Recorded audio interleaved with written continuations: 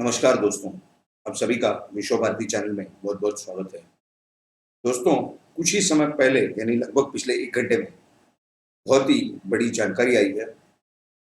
ये जो पिछले लगभग 1 सवा महीने से महाराष्ट्र के एक मंत्री हैं, कैबिनेट मंत्री श्री नवाब मलिक, उन्होंने जो शपथ ली थी मंत्री पद की और गोपनीयता की, वो पूरी शपथ का उन्होंने चकनाचूर तो कर ही दिया था क्योंकि मंत्री होने के नाते उनके सामने कोई भी विषय आए या कोई भी जानकारी आवे या कोई भी कागज या दस्तावेज आवे, डॉक्यूमेंट, तो उसे उन्होंने पब्लिकली रिवील नहीं करना था, लेकिन उन्होंने हर चीज़ ट्विटर पर और इस पर और उस पर रिवील करके रख दी। रोज़ के रोज़ प्रेस कॉन्फ्रेंस लेना, ये इसका बर्थ सर्टिफिकेट है, वो उसकी उम्र है, ये इसकी जाति है, ये इसका धर्म है। खैर वो तो जो उन्होंने करना था वो कर दिया। उसकी शुरुआत तो उन्होंने की ही थी वहीं से, आपको पता है वो मेमने से, आर्यन खान।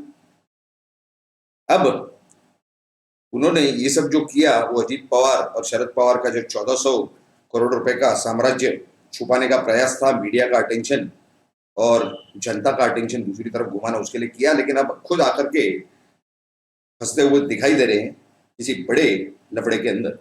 क्या है ये समझने के लिए आप पूरा इस वीडियो को अंत तक देखिएगा। आज सुबह, अभी कुछ समय पहले ही जानकारी मिली कि आज सुबह 7 बजे के आसपास पुणे और औरंगाबाद में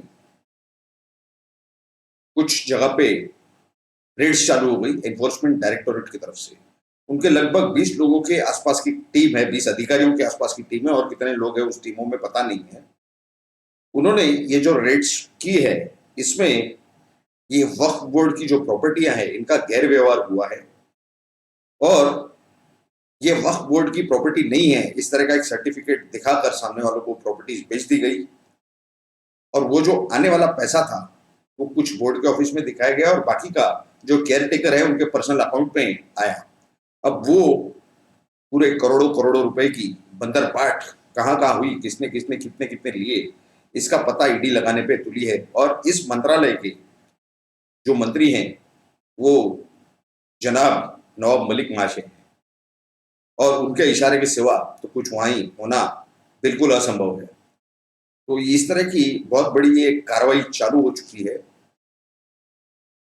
देवेंद्र फडणवीस की पत्नी श्रीमती अमृता फडणवीस ने भी उन्हें एक मानहानि का नोटिस भेज दिया है, 48 घंटे में माफी मांगने के लिए कही है, वरना वो उनके ऊपर मानहानि का दावा ठोक देंगी न्यायालय में।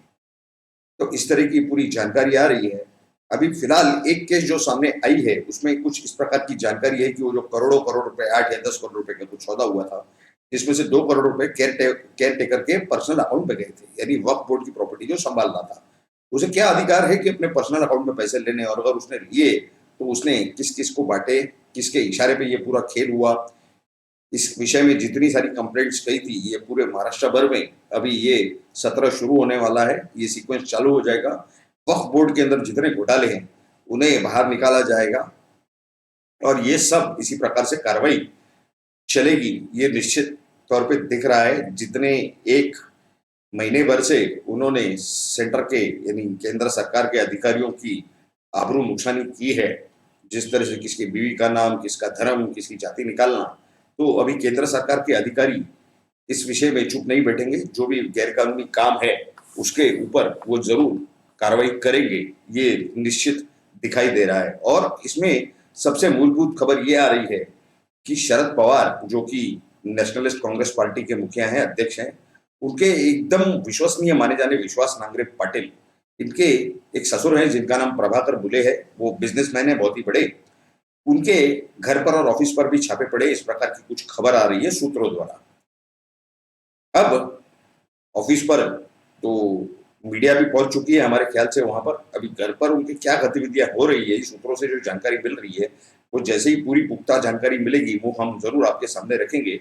लेकिन दोस्तों, खड्डा जो बोलते हैं ना, गड्ढा खोदा गया दूसरे के लिए, उसमें खुद गिरने की नौबत आ गई है श्रीमान नवाब मलिक साहब की।